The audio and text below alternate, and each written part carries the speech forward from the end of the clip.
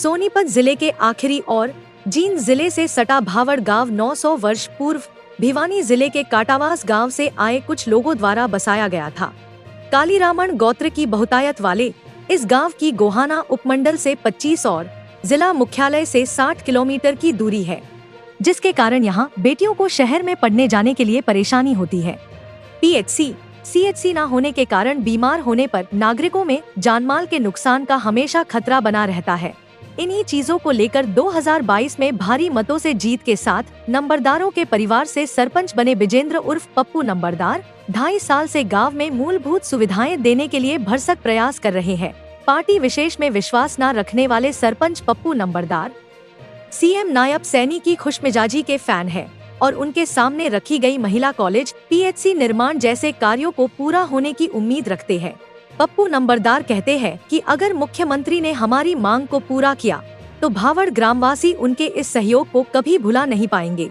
देखिए जगत महान न्यूज से बात करते हुए उन्होंने क्या कहा। नमस्कार साथियों, आप देख रहे हैं जगत महान न्यूज और मैं हूं आपके साथ तेजवीर सिंह। साथियों, जगत महान न्यूज की टीम आपको प्रदेश के अलग अलग हिस्सों के शख्सियत से रूबरू करवाती आई है। आज भी हमारी टीम पहुंची है गांव भावड़ में। हमारा ये अभियान है शहर से देहात की ओर। इसके तहत हम गांव के सरपंच से बात कर वहां की परेशानियों और वहां की उपलब्धियों को जानने का प्रयास करते हैं। उसी कड़ी में आज हम पहुंचे हैं गांव भावड़ में। हमारे साथ मौजूद हैं बिजेंद्र उर्फ पप्पू, जो कि गांव के सरपंच हैं। आइए इनसे जानते हैं कि इन्होंने जो सपना देखा था, क्या ये उस सपने को साकार कर पाए। पप्पू जी, सबसे पहले आपका स्वागत है। आपका भी, मेरे बहुत ही अजीज छोटे भाई और पुराने साथी भी हैं तेजवीर जी, बहुत बहुत धन्यवाद आपका। चैनल का, आपके दर्शकों का भी हाथ जोड़कर बहुत बहुत प्रणाम, आपका स्वागत। पप्पू जी, हमने आपको संघर्ष करते देखा है राजनीति में। मास्टर चंद्रभान जी के साथ आपने शुरुआत की और चौधरी सुरेंद्र सिंह के आप साथी रहे हैं। उस समय आपने शुरुआत की, उन्होंने आपको प्रेरणा मानते हैं उनकी। तो क्या राजनीति में ये आपका जो पड़ाव है सरपंच बनने का, क्या सपना साकार हुआ? भाई, मैं गांव की राजनीति से दूर भी रहना चाहता था, लेकिन मैं राजनीति में था। मेरे गांव का टिकट मिली थी, 91 से शुरू हुआ मेरी राजनीति। मैंने 87 में देवीलाल की पर्ची गिरी, मेरी पहली वोट उदय पुनिया साहब थे, फिर रामधारी वाल्मीकि का काउंटिंग जनता, फिर मेरा गांव का बंसीलाल की पार्टी से टिकट मिल गई। तो फिर हम सुरेंद्र के आगे संपर्क में, मेरा चाचा शेरचंद्र में, हम दो थे, बाकी सारा गांव भी था उस चीज में। लेकिन हम मैन थे जो उसने अपनी मोटरसाइकिल में रखा दे। फिर 96 में टिकट मिल गई। तो हम 1984 से फिर इलेक्शन हार गए थे। तो फिर मास्टर चंद्रभान को फिर एसएस बोर्ड का मेंबर बना दिया था जी। मैं रोडवेज में भी और लगा था मैं 9 महीने, और भी 1-2 कच्ची ही लालूसी थी, अखबाग में नहीं थी। तो फिर राजनीति की दिशा में फिर कांग्रेस में ओके मारा वेला हो गया। मैं फिर दीपेंद्र भूपेंद्र उठा के भी संपर्क में, मन भाई ने जानते हैं, मैं कांग्रेस में अब तक भी मन नहीं बदली है पार्टी लालो।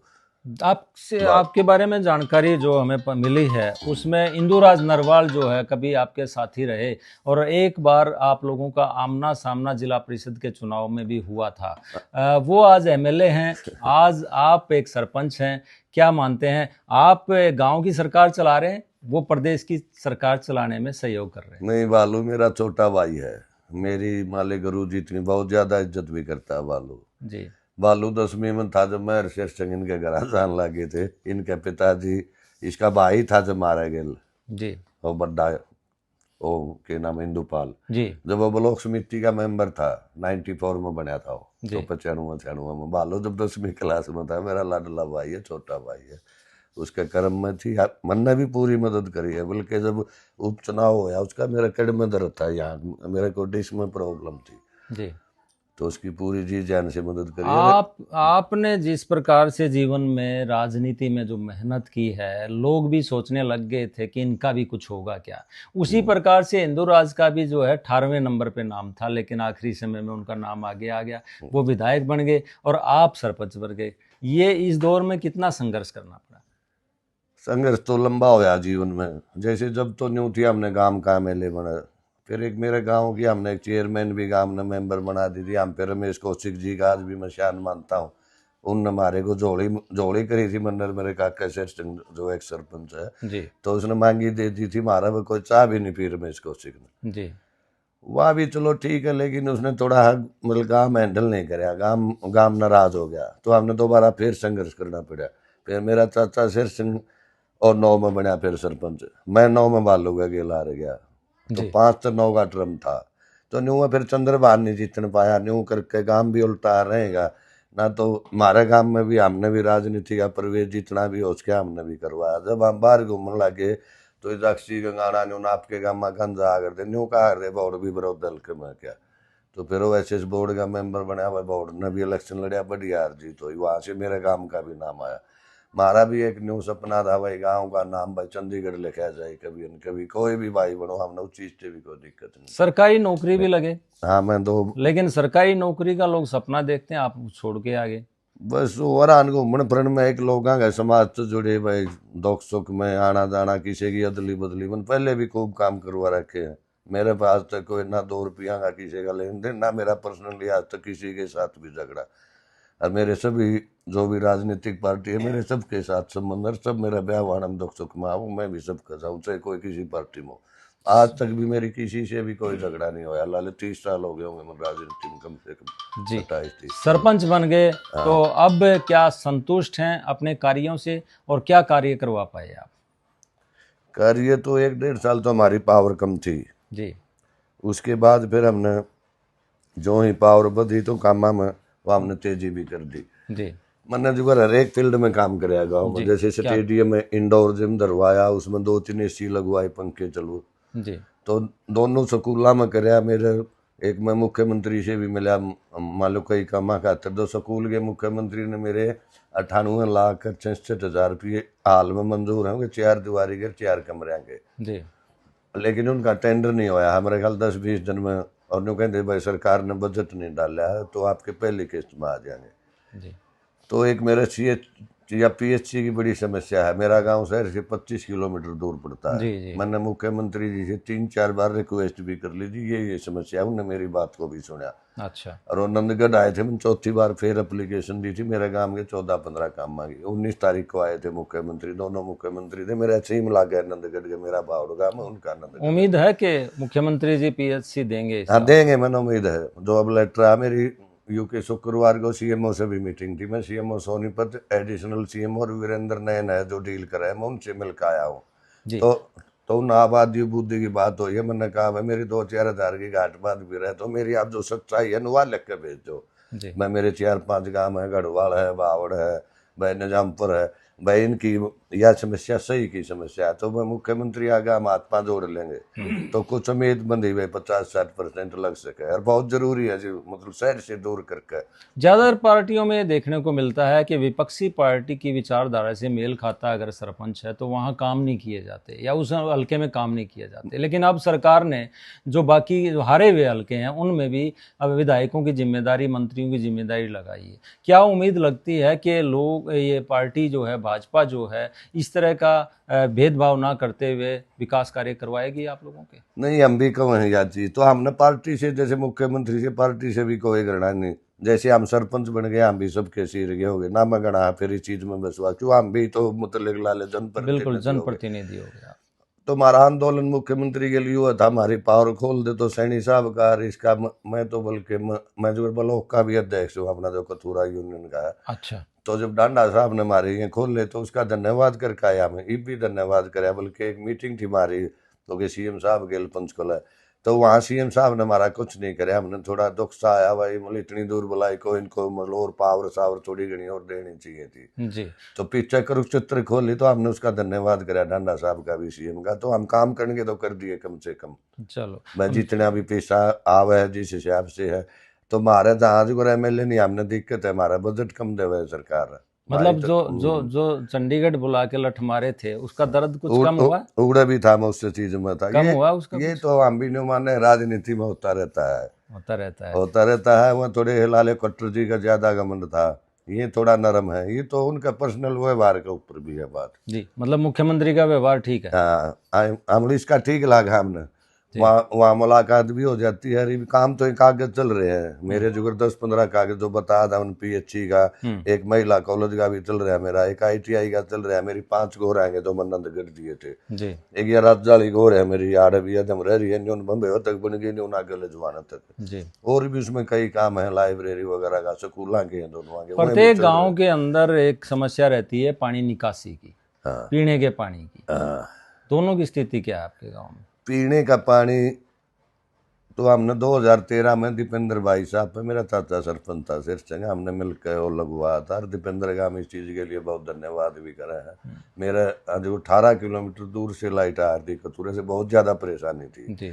तो मेरे 2 नदी हैं गांव में, अच्छा। 3-4 मेरे गांव में बूस्टल हैं पानी के, एक डग्गी है बड़ी डग्गी, और एक डग्गी के लिए बोले कि उसमें एक ट्यूबवेल खराब था, मन नहीं, वो पंचायत की तरफ से अभी लगवाया 15 दिन पहले, एक डग्गी का समर्सिबल और लगा दिया। नदी 2 किले दूर है डग्गी से जी। तो नदी के सारे उड़ा मोरी है डग्गी की, मतलब मोरी पर लगवा दिया, जब भी जरूरत हो उस नाम चला के डग्गी में मतलब पीने की पानी की व्यवस्था ठीक है। हाँ। अगर निकासी की बात करें, लोग खुला चलाते हैं पानी, उसकी लिमिट भी नहीं होती है, तो कहाँ जाएगा पानी? मच्छर पैदा होते हैं। निकासी की दिक्कत है। मैंने सारे काम के चौक लगभग संवार दिए, एक चौक रह रहा, सारे चौका की जो मरम्मत हो, एक दाल जोड़ लगाई, लगभग मतलब क्लियर काम के वो करवा दिए। लेकिन निकासी के लिए कोई 2019 में 21 में एक मेरा नहीं कौन सा डिपार्टमेंट है जो ये 4-5 कुएं कावे है बने हैं। जी जी। एक महकमा मेरा ध्यान नहीं कौन सा, STP टाइप या कुछ ऐसा कुछ, STP लगाने की बात थी। हाँ, तो उसमें मेरा काम का भी है। मैंने मेरा पटाया 1.5 साल, मैंने SDO से इतने भी बात करी तो उसमें एक नाला बनना था कुएं, और तो ठेकेदार बात गया 19 का बजट है, वहाँ लिखा है DC का लिस्ट बनी दरी है, एक अठन्नी भी लाग रही थी। चलो अभी सुना है BPL पानी की अभी सुना है BPL कार्ड काट दिए हैं, कुछ सुना है पेंशन भी कटी है। हाँ, मेरे गांव कुछ में आयुष्मान कार्ड अभी नहीं बने हैं लोगों के। क्या किसी प्रकार की नाराजगी गांव के अंदर, या सारी चीजें ठीक चल रही है? नहीं, नाराजगी हमने भी है। उसमें मान लो 10 काट दिए पीले कार्ड, उनमें 10 में तो 4-5 तो ठीक कट रहे हैं, और वो 4-5 कति गरीब आदमी के कट जाते हैं, वो गाल हमने दे, जबकि हमने तो कोई बुझदा भी नहीं, किसका बनाना चाहिए किसका कटना। मतलब आपका कहना मतलब यह है, जायज व्यक्ति का कट जाए तो कोई दिक्कत नहीं है, नाजायज नहीं कटना चाहिए आपका कहना मतलब? हाँ, मतलब नाजायज कटे। मुख्यमंत्री तो भी हम प्रार्थना करें भाई, जिसका भी ये चीज जब में है तो न वेरिफिकेशन तो करवाएं कम से कम। जो गरीब आदमी ला लो फिर कागज ठाए हांडा है, मतलब जब तक उसका नहीं जुड़ता नींद भी नहीं आती। ये आजकल एक सामाजिक समस्या भी आड़े आ रही है कि जो युवा हैं उनको रोजगार ना मिलने के कारण कई बार वो गलत रास्ते पर चले जाते हैं। तो उन युवाओं को नशे से बचाने के लिए या गलत राह पे ना जाएं, उसके लिए आप सरपंच होने के नाते क्या प्रयास करते हैं? युवाओं के लिए जैसे स्टेडियम की भी या शुरू में बनते हैं, शुरुआत मैंने वहीं से करी थी। हम 1-2 बार इकट्ठे भी हुए हैं, कौए भी हैं, अच्छा 1-2 बार ढंढोरा भी करावे हैं। लेकिन युवा नशे की ओर अग्रसर होता है जा रहा है सारे हरियाणा में। मेरा गांव तो शहर से दूर है, मेरा भी है नशा में कौन नहीं है जी, लेकिन ये तो बढ़ोतरी हो रही है बच्चा में। तो कैसे बचें इससे? कैसे तो इसमें पेरेंट्स भी ध्यान दें, वह बच्चा ने रोजगार बढ़ो चपड़ो के रखें। आजकल ये पिस्तौल में गणे वाला कान लागे जी, और डुड़बा मेरा काम का पीछे ही उड़े गुवाना एगो गोली चलान मत आई करी दिन का पहने मत बोल जी। वो बाहर से आ रहे हैं 2 परिवार, उनके दोनों के बच्चे थे तो बदनाम काम भी होया, क्यों उड़ा तो भोड़ा का बात जगह थी इब्बत आ गई। एक तो गोली खा के गुजर गया वो भाई, एक भीतर रह रहा उड़ा गुवाना जी, और वो मेरे ख्याल से 17-18 साल के होंगे दौड़ते बच्चे जी। अपने गांव के जनता को और प्रदेश के मुख्यमंत्री को आप क्या रिक्वेस्ट करना चाहेंगे, गांव को क्या संदेश देना चाहेंगे? मुख्यमंत्री के तो यह रिक्वेस्ट है, मैंने जो आनंदगढ़ मांग दी थी पहले भी दे रखी है, हाथ जोड़ के मुख्यमंत्री से प्रार्थना है। मेरा सोनीपत जिले का आखिरी गांव पड़ता है, जींदर गवाना रोड पर, थोड़ा अप्रोच रोड पर है, और आबादी मेरे गांव की वोट 5,500 है। 9-10 हज़ार 8-9 हज़ार की आबादी का मेरा गांव है, और शहर से 25 किलोमीटर दूर है। मेरी PHC और भी जो ये दे रखे, PHC सबसे जरूरी है जी, और मुख्यमंत्री जी ने आश्वासन भी दे रखा है, कागज भी चलवाए जी। मतलब उसका पूरा काम मेरा ऋणी रहेगा सैनी साहब का, अगर मेरी यह चीज कर देंगे जी। तो दर्शकों, आपने देखा भावड़ गांव के सरपंच विजेंद्र और पप्पू, जिन्होंने अपनी उपलब्धियां भी बताई और गांव की जो समस्या है वो भी इन्होंने बताई। और जो गांव में नशा जो है युवाओं में घर कर गया है, उसको बचाने का, उसको किस तरीके से समाधान हो, वो बातें भी इन्होंने साझा की। और ये इन्होंने मुख्यमंत्री के सामने गांव की पीएचसी बनाने का, महिला कॉलेज बनाने का और गांव के जो पक्के रास्ते करने हैं या और दूसरी जो समस्याएं हैं उनको भी मुख्यमंत्री के सामने रखा है।